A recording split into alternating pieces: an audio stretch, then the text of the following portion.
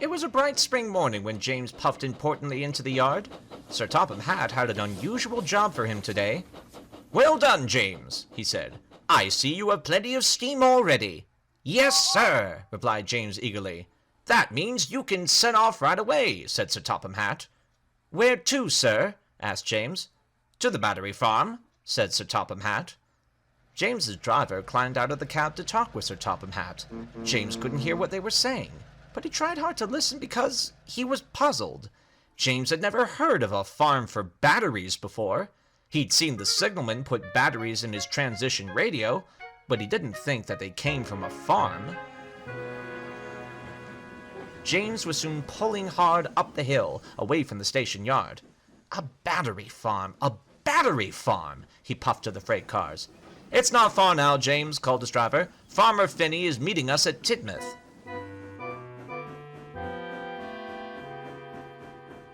As they pulled into the station, they saw the farmer waiting on the platform with lots of wooden crates.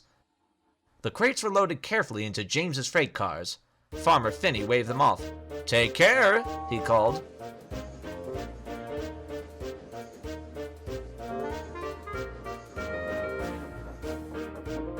"Why do we have to take care of batteries?" James spluttered to himself.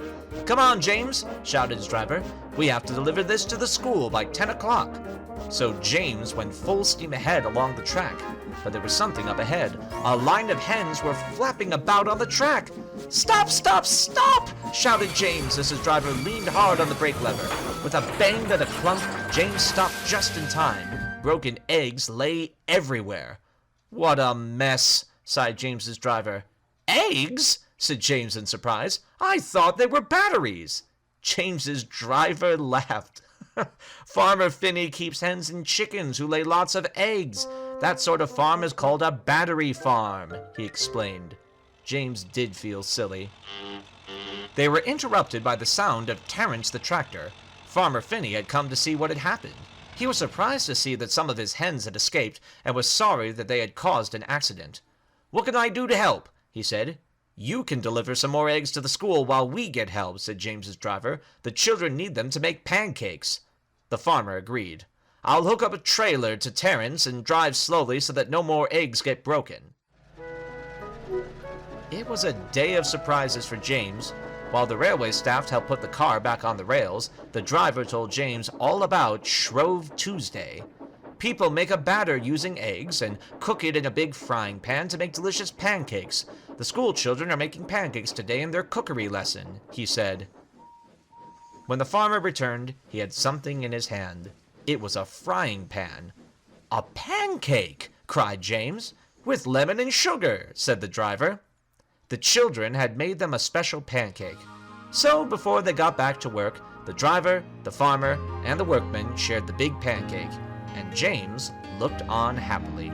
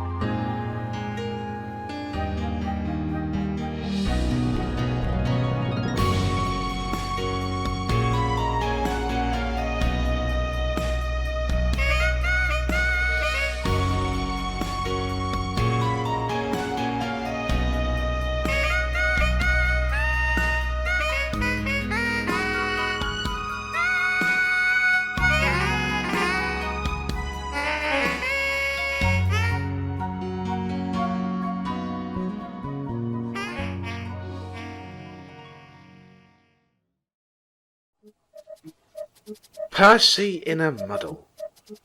Percy was feeling bored. "Things have been too quiet around here lately," he told himself. "What we need is something to liven things up." All the engines know from experience that whenever Percy is bored, that's when he starts feeling mischievous. That day, Percy was to bring Gordon's coaches to the platform in time for his next express train, but on his way to the carriage sidings, Percy suddenly had an idea. He giggled to himself. Then, ignoring the coaches, he hurried away to the sheds. Gordon was resting there when Percy arrived. Peep, peep! There you are, Gordon. The VAT controller said you're to stay in the shed. He wants to talk to you about something important. Gordon snorted. Oh, no, you don't. That's the oldest trick in the book. You know my next train is due shortly. No, it isn't, said Percy. Henry has taken the express already. It was a last-minute change of plan. Pah! Nonsense, snorted Gordon, and he puffed grandly towards the station.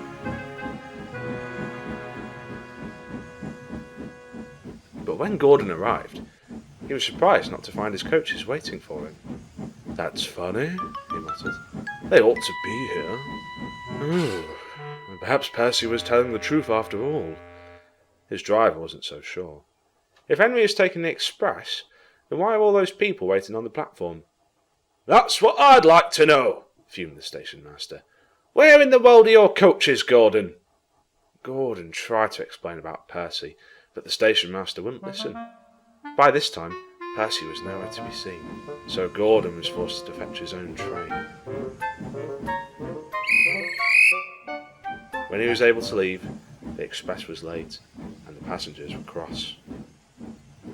When Gordon met Percy again later that day, he was fuming.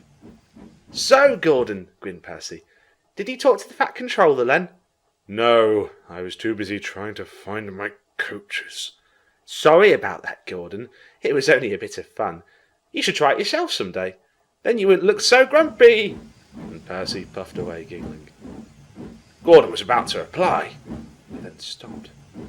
Yes, he murmured. I think I will.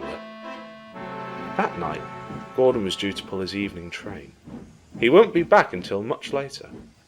Usually, it was the only time when Gordon had to shunt his own coaches to be cleaned and used for another train the following morning. But tonight, he had a plan. Before he left, he spoke to his driver and the yard manager. Then he puffed away with a big smile on his smoke box. The next morning, the firelighter lit Percy's fire first, so that he could arrange the big engines as trains. As he left the shed, he saw Gordon resting in a siding, and he remembered the trick he had played on him yesterday. What a clever trick! What a clever trick! He puffed quietly. But when Percy reached the yard, he got a big surprise. The yard was in an awful muddle. All the trucks and coaches were in the wrong places. Footplates and funnels! Exclaimed Percy. What happened? This wasn't how I left things yesterday. We better get this sorted out, and quick, said the driver. Otherwise it'll be chaos before the morning rush. Percy worked as quickly as he could, putting everything right again. He just couldn't understand how everything had become so muddled. By the time he brought the express coaches to the platform, the passengers were already waiting. And so was Gordon. Morning, Percy, said Gordon cheerfully. What kept you? What kept me? I've been trying to organise the yard. Everything was all wrong. I couldn't find anything. Oh dear, it must have been my fault. I might have moved one or two things about when I came back last night. Sorry about that. Gordon paused, and then added, But, after all, you did say that I should have a little bit of fun. You don't mind, do you? Percy snorted. Oh, no. Of course I don't mind, he said casually. Unfortunately, the Fat Controller did mind when he heard all about it. After speaking to Gordon and Percy, both engines thought twice about playing any more tricks for a while.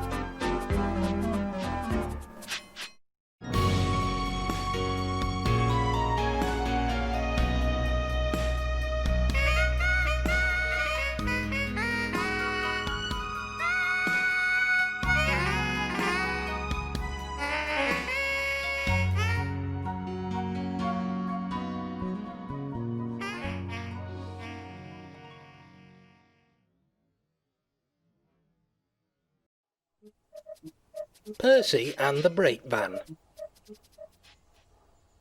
One day Percy was standing at the junction. He had a long goods train which he was taking to Tidmouth, but he had to wait for Henry to pass with a passenger train before he could go on. Henry was late, but the sun was warm and Percy didn't mind. At last Henry arrived. "I'm sorry I'm late," he panted. "I had to wait for ages for the connection at the other railway. Do you know," he went on, "that they have goods trains on the other railway that don't have brake vans? It doesn't seem right, does it? I'm glad to see you still got yours." The signal dropped and Henry thought he'd better go. "Must make up for lost time. Goodbye." Percy was intrigued. A goods train with no brake van, he thought to himself. Later, Percy told his driver what Henry had said. His driver laughed and explained. "Goods trains on the other railway have special brakes. Like passenger trains and Henry's flying kipper, they don't need brake vans. Your trucks just have couplings, so they need brakes at each end of the train in case a coupling snaps. You know what stupid things trucks are? They did it to James on Gordon's Hill, remember?" "Pah!" scoffed Percy. He thought he knew better than James. "I know how to keep my trucks in order. What's good enough for the other railway is good enough for me. I don't need a stupid old brake van." "Don't be so silly, Percy," his driver scolded. But Percy took no notice. It would have been better if he had. A few days later, Percy was shunting trucks at the harbour near the big station. He was just completing his train by backing onto the brake van when the shunter's attention was distracted. The shunter thought that he had coupled the brake van to the train, but he hadn't. The guard blew his whistle and Percy set off quickly, hoping to get a good run at the hill leading to the main line. But the guard and his van were left behind. The guard waved and shouted, "Stop, Percy! Stop!" But Percy didn't hear. He was too busy climbing the hill. All might have been well if Percy hadn't started so quickly. Unfortunately, the jerk had weakened one of the couplings. As Percy snorted up the hill, the weight of the loaded trucks dragging behind the weak coupling broke it. The last 4 trucks began to run back down the hill towards the harbour. The guard was standing on the veranda of his brake van. He looked on in horror as the trucks hurtled towards him. He ran quickly to his brake handle and checked that it was fully on. Then he jumped clear, just in time. The trucks battered into the brake van with a resounding thump. The van shuddered and screeched as it was pushed along the line, but it stood firm and stayed on the rails. The truck's mad rush was halted. Percy's firemen soon noticed they'd lost the tail end of the train. Percy backed slowly down the hill to see what had happened. "Phew," remarked Percy's driver as they helped to clear up the mess. "You see, Percy, brake vans do have their uses after all." And Percy had to admit his driver was right.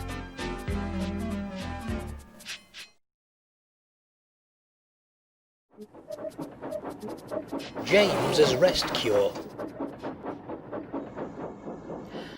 James grumbled that he had too much shunting to do.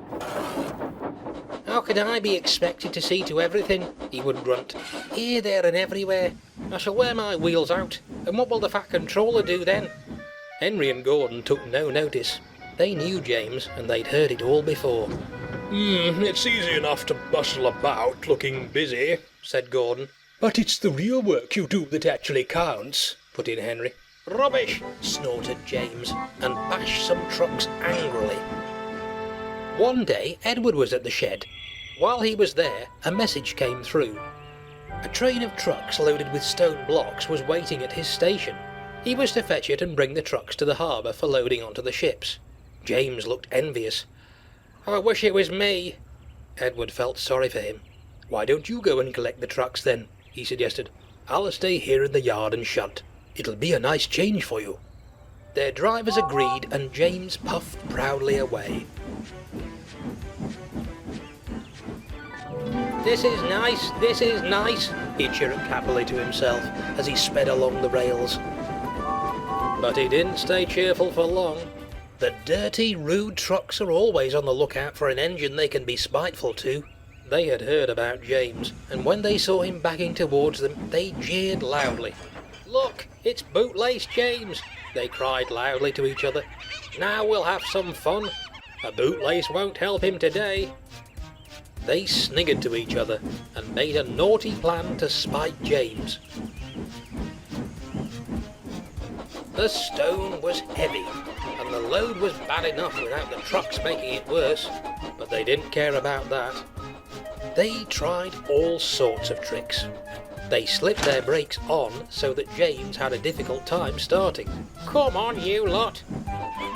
Then they crept close behind each other and would stop one by one, so that a string of jerks ran right along the length of the train. "They'll break a coupling if they're not careful," said James crossly. Determined not to be beaten, James struggled on, and slowly he dragged the trucks into the harbour yard and pushed them onto the wharf ready to be unloaded. Then he steamed wearily back to the yard for some quiet shunting. Gordon couldn't help but laugh when he saw how exhausted James looked. "Well, well, well," he remarked to Henry. "Here's James back after doing some proper work. I expect he needs a rest now." James pretended he hadn't heard.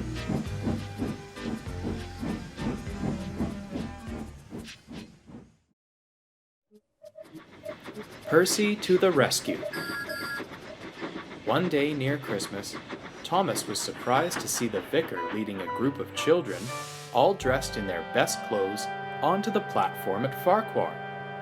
Teachers from the school were there too, and while they helped the excited children into Annie and Clarabelle, the vicar stopped to speak with Thomas and his driver.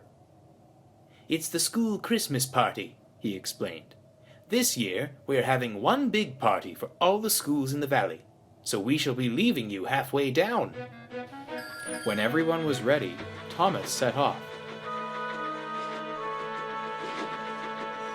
They reached the middle station safely and had to wait for Daisy before going on. Daisy was glad of a rest when she arrived. She had had a heavy load of children too. The vicar said goodbye to Thomas and was walking toward the exit when he suddenly stopped. A worried look crossed his face, and with a word to one of the teachers, he hurried back to Thomas and his driver. "What's the matter?" asked Thomas. "Oh, Thomas, this is awful. I've stupidly left my costume behind." The driver was puzzled. "Costume, Reverend?" "Yes. I am going to give out presents, and was going to dress up as Father Christmas.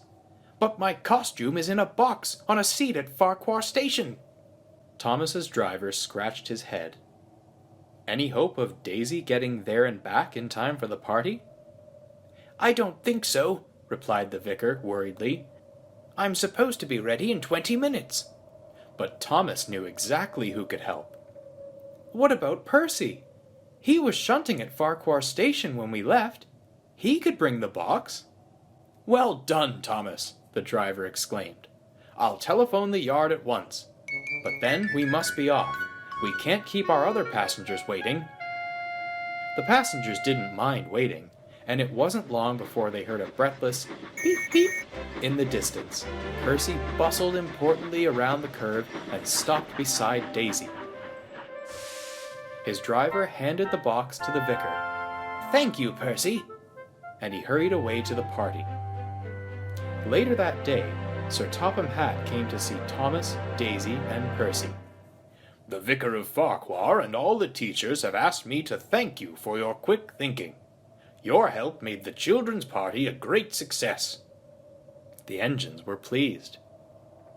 "We are here to provide a service to the public, and it's incidents like this which prove that we do.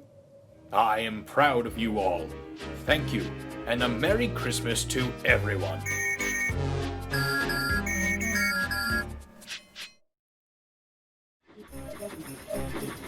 Thomas and the Important Visitor. It was winter on the island of Sodor.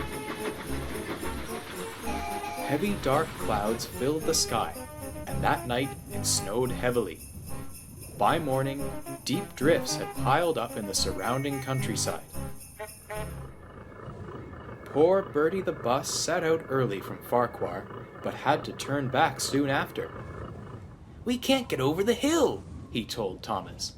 "The drifts were higher than my roof. We were lucky to be able to turn around." "Oh dear," puffed Thomas. "You'll need to go steady at the tunnel, Thomas. I expect the snow is thick there, too." Just then, a taxi pulled into the station yard. An important-looking man got out and was taken to see the station master. Then, Percy came. "The cutting before the tunnel is almost filled with snow. You'll need to take extra special care today, Thomas." "I will," puffed Thomas, and as soon as the conductor was ready, he set off with his snowplow in front.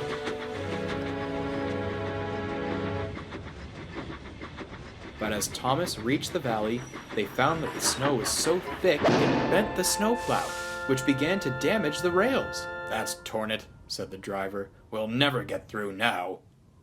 They took the snowplow off, left it beside the line, and went back to the station. When they arrived, the station master came up with the important-looking man. "This gentleman has to see Mr. Kindly. It's a very important matter, and he must see him today at all costs." "Search me how we'll do it," said the driver, scratching his head. "Even with the snowplow, we can't get through the cutting. The snow's too deep." "You'd need a bulldozer," the fireman joked. But this gave Thomas an idea. What about Terence? Hasn't he got a bulldozer blade that his driver sometimes fits in front? "Good thinking, Thomas," laughed the driver. "I'll telephone his owner straight away." By the time Toby had taken some workmen to the cutting, Terence was already hard at work. He and the men soon had the line clear, and Toby went back to tell Thomas. Mr. Kindly's visitor got into Annie, and Thomas set off at once.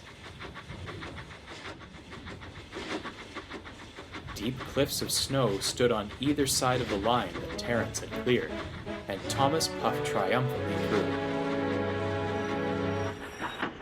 He soon stopped outside the cottage, and the conductor helped the important-looking man down from Annie. Both he and Mr. Kindly came to thank Thomas, and the conductor went with them to make sure they didn't slip when they walked on the path to the cottage. Then, cold but pleased, Thomas left for the junction. When he heard the news, Sir Topham Hatt was pleased too. "I've said it before, and I'll say it again," he told them.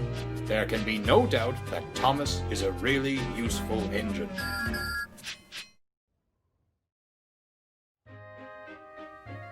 Diesel gets it right. Percy wasn't feeling well. His joints ached, and he couldn't breathe properly. The fat controller came one morning with an inspector. They examined Percy and made notes in a small book. When they had finished, the fat controller looked very serious. "Oh, dear. Well, it looks like you'll have to go to the works, Percy." "Worry not. They'll make you better, but it'll be a while before you're back in working order."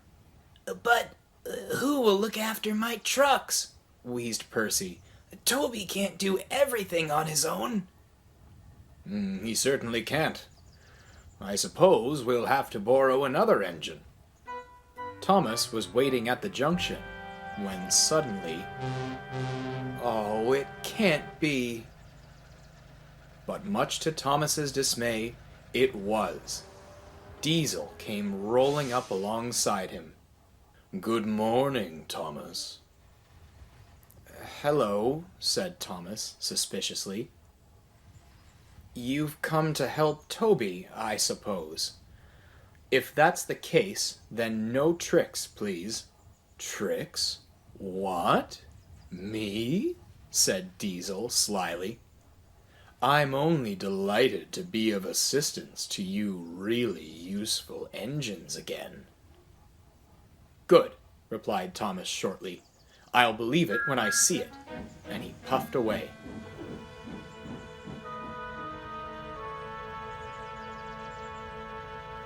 Diesel arranged some trucks and trundled carefully up to Farquhar, where he met Toby. "Oh, it's you. Well, do your shunting, please, and take these trucks to the harbor." Diesel did so, and went about his work. Later that night, Thomas and Toby made it clear to Diesel that they would stand no nonsense. Diesel listened closely. "Yes, Thomas," he said smoothly. "I understand, Thomas. Oh, of course, Thomas." Unfortunately for Diesel, the trucks knew that the fat controller had sent him away for being troublesome. Let's have some fun, They sniggered. Whenever Diesel would try to shunt them, they'd tease him, slip their brakes on, and bump him. Diesel was annoyed, but he kept it to himself. One morning, Diesel rolled into the yard to collect some trucks for the quarry. The trucks played their tricks again. "Oh, look," they said. "Here's evil Diesel. Such an oily thing. Yes, Thomas. Of course, Thomas. I understand, Thomas."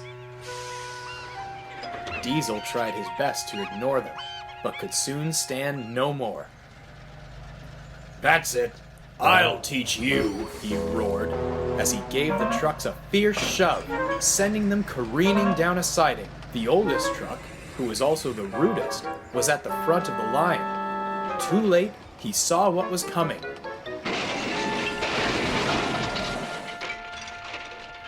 No one was hurt, but Diesel was cross. "Any more nonsense, and I'll do this to the rest of you." The trucks wisely smartened up.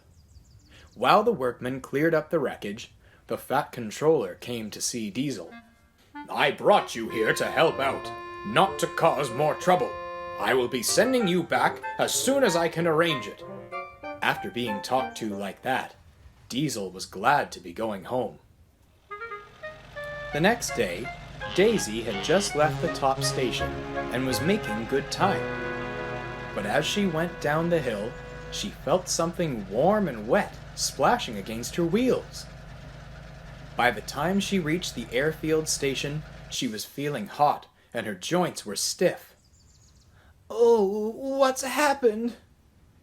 "You're leaking oil," said her driver. "Now Bertie will have to take your passengers." Just then, Thomas passed by with Annie and Clarabelle. They were filled with people on their way home from market. As they climbed the hill, his wheels started slipping on Daisy's oil and came to a stop. Then, "Help! Help!" he whistled. Thomas was slipping back down the hill.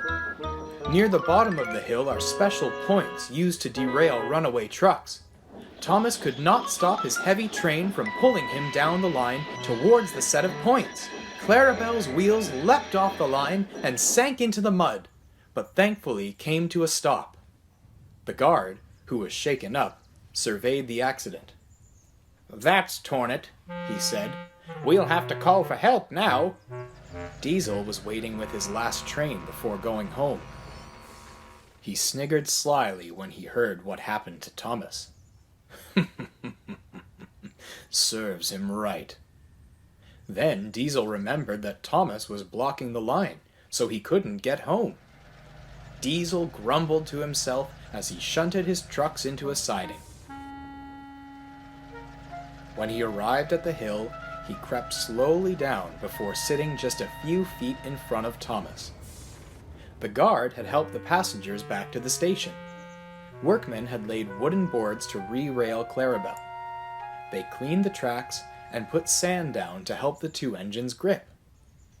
At last, everything was ready, and with Diesel's help, he managed to pull Thomas and his train back up the line. Luckily, Clarabelle had not been damaged, and they went back for the passengers. The passengers were pleased to see the cavalcade pull smoothly into the platform. "Thank you, Diesel. You were splendid." As the two engines headed back up the line, Diesel began to feel sorry that he was going home. Annie and Clarabelle had asked the fat controller if he could give Diesel another chance, and now everyone hopes that he will come back. Even Diesel hopes so too.